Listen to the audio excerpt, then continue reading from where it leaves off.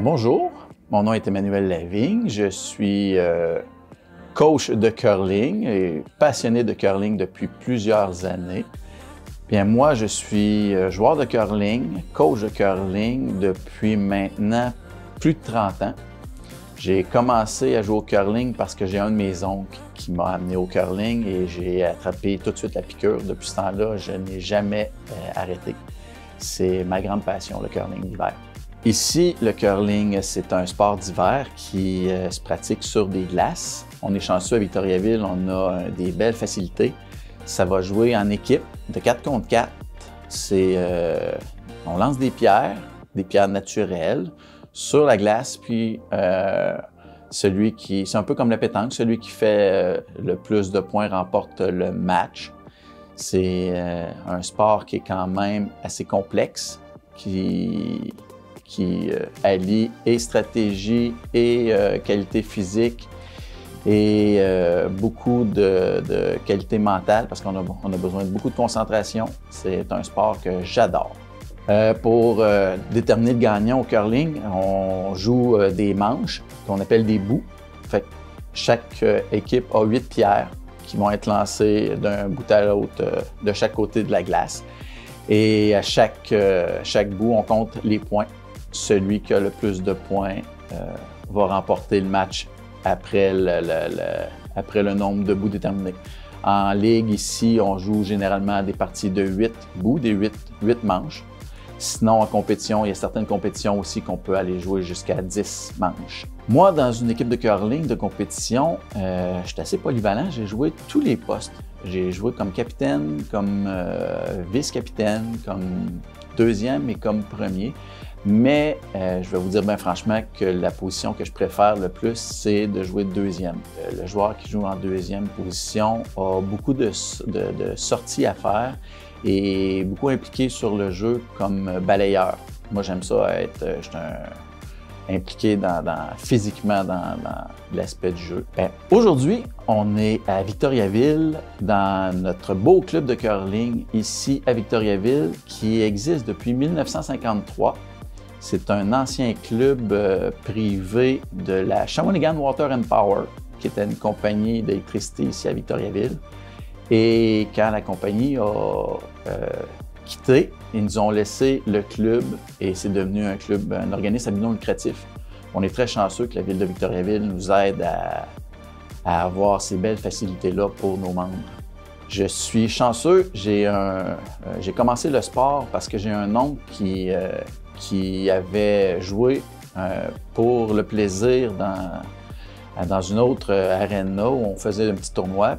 Puis il a dit « Ah, j'aimerais ça que tu viennes l'essayer. » J'ai essayé le curling, je suis venu avec lui et j'ai tout de suite attrapé la piqûre. Et de fil en aiguille, maintenant, je me suis amélioré.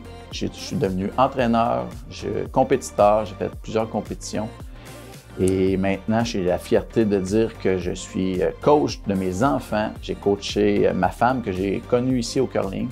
Fait que le curling est devenu une partie très, très, très importante de notre vie, pas juste de la mienne, mais de ma famille au complet. Le club de curling Laurier de Victoriaville compte environ 170 membres. Et on a de toutes les tranches d'âge, de tous les métiers, toutes les tranches de la société sont présentes ici au club de curling. On commence avec les plus jeunes, on a un programme junior pour les plus jeunes ont environ 8 ans jusqu'à 18 ans. Ensuite, il y a des ligues de jour pour les personnes retraitées qui viennent passer leur loisir ici avec nous. Parce que le curling, c'est l'avantage, peu importe l'âge, peu importe la condition physique, tu peux trouver du plaisir à jouer au curling. Peu importe ta condition. Fait qu'ici au club, on a des membres seniors, on a des membres juniors, on a des membres réguliers qui viennent jouer les soirs. Le club est occupé à tous les soirs, à tous les jours. On est chanceux d'avoir une communauté dynamique. On est un des clubs les plus occupés au Québec. Pour le côté junior, on est 2 entraîneurs certifiés et on a un entraîneur accompagnateur qui vient nous aider à chaque semaine. les entraînements juniors sont en semaine après l'école, un soir semaine, ainsi que les dimanches matins. Puis on a des compétitions. Puis ensuite, il y a aussi des entraîneurs pour les adultes. On a un entraîneur qui suit une équipe adulte en compétition, plus moi qui chapeaute le programme depuis plusieurs années. Je donne des trucs aux entraîneurs et à tous les membres qui désirent avoir un peu plus de technique, de stratégie, etc., etc. Pour ma part, j'ai débuté la compétition dans les années 90. On a commencé en faisant des petites compétitions, des tournois open qui se passent dans les différents clubs de la province. Puis ensuite, de fil en aiguille, de compétition en compétition, j'ai commencé à faire des compétitions provinciales. J'ai participé à plusieurs championnats provinciaux. Les premiers provinciaux pour me qualifier pour les championnats canadiens, je l'ai fait, je crois, en 1999 ou en 2000. Fait que ça fait quand même plusieurs années. Et de fil en aiguille, là, 2000, 2001, 2002, jusque mon dernier championnat provincial que j'ai participé chez les hommes, c'est ici à Victoriaville en 2013.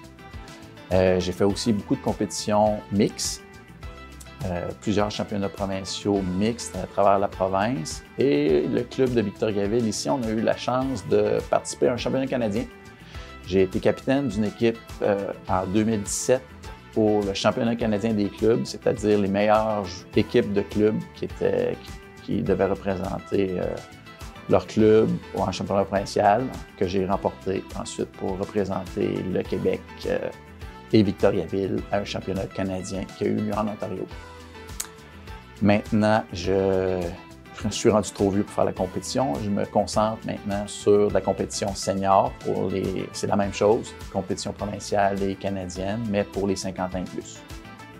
Les qualités requises pour être un bon joueur de curling, il faut premièrement avoir de l'équilibre, avoir un esprit d'analyse. C'est un sport qui demande beaucoup de technique, un peu comme le golf.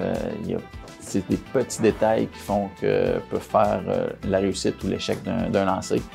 Donc, il faut être capable d'analyser ce qu'on fait. Il faut être humble aussi. C'est un sport d'équipe, puis c'est un sport de communication. Il faut réussir à communiquer avec les autres partenaires de l'équipe pour réussir un lancer. Un lancer peut être parfait. S'il a été mal balayé par les partenaires, le résultat ne sera pas bon. Si le capitaine à l'autre bout dans la maison n'a pas mis la cible à la bonne place, ben ça ne fera pas le bon résultat. Fait que c'est un travail d'équipe complète qui va faire la réussite ou l'échec d'un lancer. Donc, plus on donne d'informations à notre équipe, plus on a de chances de réussir. Donc, il faut être capable de dialoguer, il faut être capable de communiquer et il faut être capable d'exécuter. Et avec ça, on devient un bon joueur de curling. Pas besoin d'être le plus fort, le plus lourd, tout ça, ça prend sur le tas, que j'appelle. Mais il faut avoir une bonne attitude. Puis quand on a une bonne attitude, peu importe le sport, on fait des très bons joueurs, peu importe le sport qu'on pratique. Le curling, c'est pas un sport qui est vraiment connu beaucoup. Et plusieurs disent que le curling, c'est pas un sport. Par contre, c'est un sport totalement complet. Lorsqu'on fait le balayage, le brossage, tout le haut du corps est vraiment mis à contribution. Et comme c'est un sport qui est sur la glace, ben, les muscles stabilisateurs, le bas du dos, les abdominaux sont demandés sans qu'on s'en rende compte. Fait qu'on a besoin d'avoir des muscles stabilisateurs qui sont forts.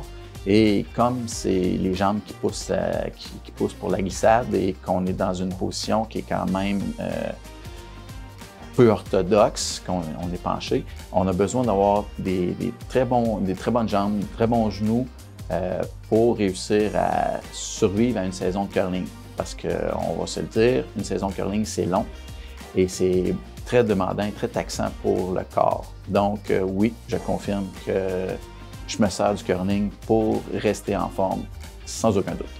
On a aussi l'aspect au curling, l'aspect psychologique, l'aspect stratégie. Un match de curling dure 2 heures. Donc, on compare le curling à un jeu d'échecs sur glace. On a beaucoup de stratégies et de façon de jouer le jeu. Fait avec la communication, les partenaires, les différentes stratégies, ça fait que mon esprit, je sors de mon quotidien et je réussis à travailler tout ce que j'ai besoin de travailler sur mon cerveau pour améliorer ma concentration, améliorer la stratégie, améliorer toute la façon de voir le jeu. Bien, à vous tous qui écoutez cette émission, ce reportage, je vous invite à venir à Victoriaville, sur la rue Montfaite, au club de curling Laurier de Victoriaville. C'est ouvert à tous, peu importe le talent, peu importe l'âge. Le curling, c'est un sport qui est vraiment accessible et qui est peu dispendieux. On fournit l'équipement. Il y a des sessions avec la ville de Victoriaville qui offre des dimanches hop la ville pour venir essayer. Il y a des moniteurs ici pour montrer l'ABC du curling. Et c'est la meilleure façon de venir goûter à la passion du curling. Parce qu'on dit toujours que le curling, c'est comme les élections américaines. Soit tu aimes ou soit tu détestes. Il n'y a pas de milieu.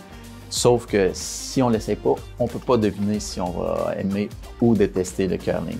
Alors, je vous invite à venir participer à nos ligues, participer à venir essayer une fois le curling, voir ce que ça fait sur votre corps et votre esprit.